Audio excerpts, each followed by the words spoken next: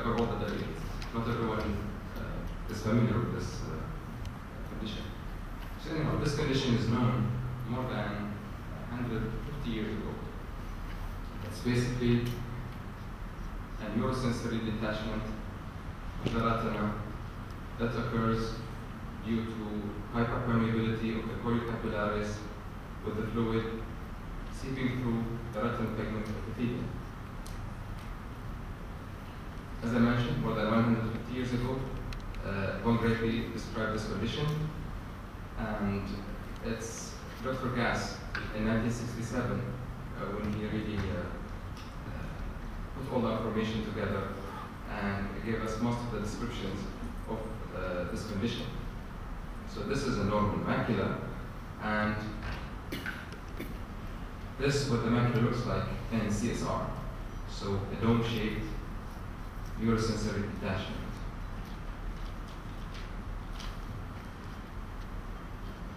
In this cross-section of the retina, you see this part is the normal part. Okay? So this is the choriocapillaris, and this is the larger vessels of the choroid, Brooks membrane, RPE, and those are the different layers of the retina. This explains our condition. Fluid collecting under the RPE from the choriocapillaris and then finding its way through the RPE to the subretinal space. Clinically, there are three variants that we see. This one occurs in young patients of an acute onset, as I mentioned earlier, dome-shaped neurosensory detachment. The other one is of a more chronic presentation with a shallow subretinal fluid collection and widespread RPE changes. The third type, which is sometimes considered to be a subset of the second type, when there is lots of fluid collection leading to inferior serous retinal detachment. And with this, there is a widespread RPE changes as well. Most of the patients are young Caucasians, and the condition seems to be severe in Asians and Hispanics. However, it's very rare in Africans. It's more prevalent in males. However, it's about 10 to 1, 6 to 10 to 1 in females. As we age, the incidence in females increases and sort of it decreases a little bit in males, so it goes to 3 folds in the older generation. The pathophysiology. There are lots of hypotheses trying to explain CSR. However, in summary, it is related to abnormality in the local autoregulation of the choriocapillaris blood flow. This leads to hyperpermeability, collection of fluid under the RPE. For some time, the RPE will be able to handle this load, but then the RPE becomes sick, so the fluid finds its way through the RPE and leads to subretinal fluid and neurosensory retinal detachment. What's the trigger of this? We don't know clearly. However, there are many things that were implicated in this pathophysiology hypothesis. Cortisol seems to be one of the most things people agree on. How would cortisol do this? It does upregulate the effects of catecholamines, and it reduces nitric oxide, which is an autoregulatory vasodilator.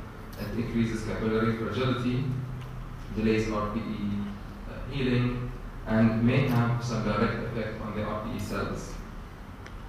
And again, in the literature, we come across ion transport and loss of polarity of the RPEs. H. pylori, one of the studies was complicated, where higher percentage of patients with CSR had H. pylori, but no pathophysiology hypotheses were offered in those studies. Systemic associations. Most of those conditions are associated with steroid intake.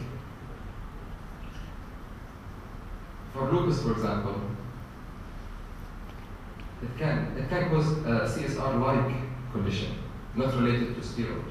Okay, that's due to the local deposition of the immunoglobulins, leading to damage of the vascular system in the choroid.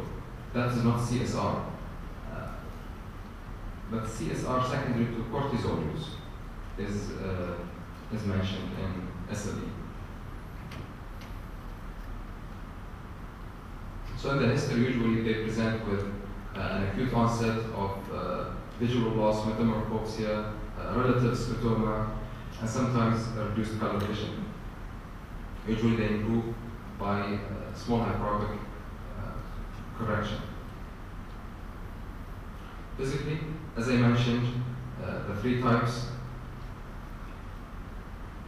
Imaging studies. Some improvement were made in this field. OCT is very essential in this condition, where it delineates the subretinal fluid very clearly, as we are showing here. It's RPE, subretinal fluid. Fluorescein shows a leaking point where the subretinal fluid collects, coming through a point, a break point in the RPE. This focal point may be single or maybe multiple. This is a leaking point, there's another one over there, and then this is in the late phase, you see the smokestack. We always talk about smokestack and CSR. It's the appearance, the fluorescein leakage only occurs in 5 to 10% of cases, yet it's very much classical to CSR. The other type is widespread sick RPE with generalized pinpoint leakage. So basically oozing of fluorescein through the RPE. ICG gave us an important piece of information regarding the blood flow in the choriocapillaris. It showed the hyperpermeability areas, not only corresponding to areas of fluorescein leak, but even in other areas that clinically seems to be unaffected. This indicates that there is a global disease of the choriocapillaris and the RPE, not just related to the areas of leak, and this explains the recurrence of this disease. This is ICG mid-phase, showing the hyperpermeability areas.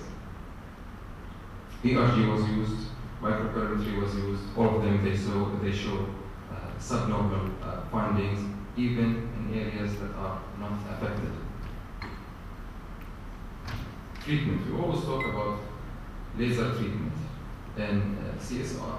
Classic indications, persistence of the condition more than 4 months, visual deficit in the same eye of previous CSR or visual deficit in the fellow eye,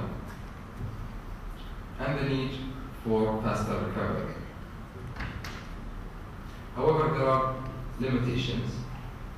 You can't really do it if you are within 300 to 500 microns from the foveal center.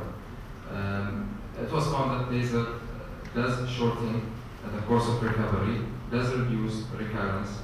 However, there is no effect on the final visual prognosis, which overall is a good prognosis by the nature of the disease. When I was in training, PDT was the standard treatment for CSR.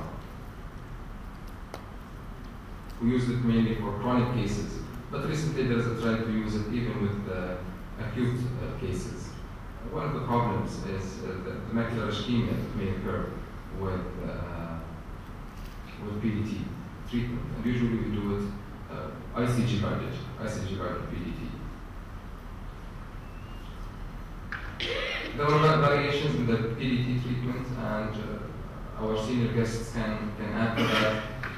Some people, they use the full dose, full time. Some people use the full dose of the medication, reduced time, or reduced energy, low fluence.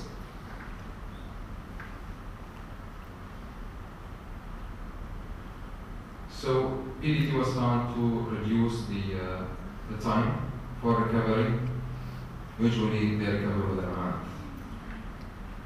In the literature, it is mentioned that transpupillary thermotherapy was used, and this is a recent study, and it was found to be successful, but there's always a risk for the thermal injury to the fovea. In the past, acetazolamide was mentioned frequently. I've never used it. I've never seen anyone using it, but authors of the study claim that it is effective in shortening the time for recovery. Because of the application of catecholamines in this condition, investigators used propranolol, a beta blockade. However, this was never picked up as a standard treatment for this condition. As I mentioned, the role of steroid in this condition. So recently, mifepristone, which is a competitive inhibitor of the glucocorticoid receptors, was used. No talk is complete without anti-VEGF.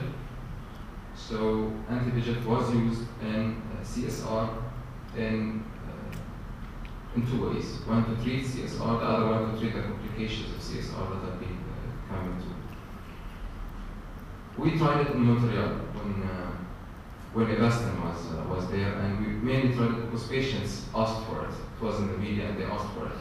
We've never seen any benefit from it with CSR. However, in this study, they claim that it is very effective in treatment of this condition. Complications. In a minority of cases, patients may develop choroidal neovascularization. Others may develop RPE changes, RPE atrophy that may limit the recovery of vision with the resolution of this condition.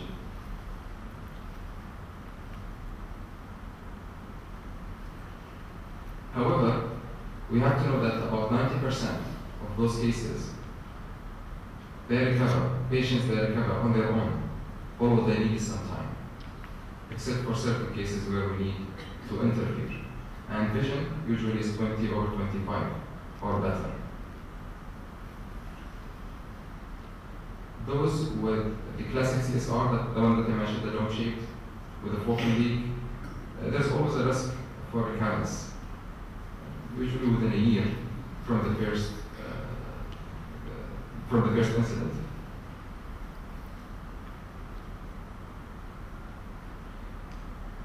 It's only 5 to 10% of people that may fail to go back to their baseline visual acuity, and those people that really need some help with treatment.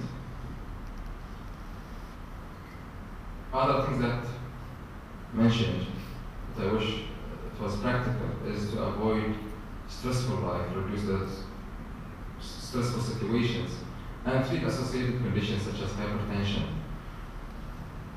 Those are highly recommended, of course, to treat all the medical conditions in the body, but I'm not sure how much would that inflict on the incidence of CSR. Thank you very much.